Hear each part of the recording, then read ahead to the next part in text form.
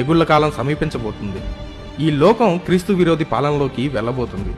దేవుని రాకడ వస్తే మనం ఎత్తబడతామా విడవబడతామా అనేది ప్రతి క్రైస్తవునికి ముఖ్యమైన విషయం. ఎప్పుడైతే ఇశ్రాయేల్ ప్రజలు 3వ మందిరం కట్టి ఆరాధన చేయబోతున్నారో అప్పుడు దేవుడు తన వధువు సంఘాన్ని భూమి మీద నుండి కొనిపోతాడు. యేసుక్రీస్తుతో పాటు ఎత్తబడిన పరిశుద్ధులు 3.5 ఏళ్లు విందులో పాల్గొంటారు. విడవబడిన వారు 3.5 ఏళ్లు మహాశ్రమల్లోకి ప్రవేశిస్తారు. అయితే ఇప్పటికే ఇశ్రాయేల్ 3వ మందిర నిర్మాణం జరగడానికి రహస్యంగా సన్నాహాలు చేస్తుంది. వారి దగ్గర ఉన్న టెక్నాలజీ ప్రకారం 3వ ఆలయాన్ని 3 రోజుల్లో కట్టగలరు. క్రైస్తవులము అయిన మనము దేవుని ఎత్తబాటుకు ఎంత సమీపంగా ఉన్నామో అర్థమవుతుందా? మీరు చూడగలుగుతున్నారా? మనం ఇప్పుడు ఇజ్రాయెల్ యొక్క శాంతి ఒప్పందం జరిగే సమయానికి వచ్చాము. ఇప్పటి వరకు ఆలస్యం అవటానికి గల కారణం దేవుడు రాబోతున్న ఉగ్రత నుండి నిన్ను నన్ను తప్పించడానికి వేచి ఉన్నాడు. నిన్ను ఆయన రాకడలో కొనిపోవాలి అని ఆశ కలిగి ఉన్నాడు.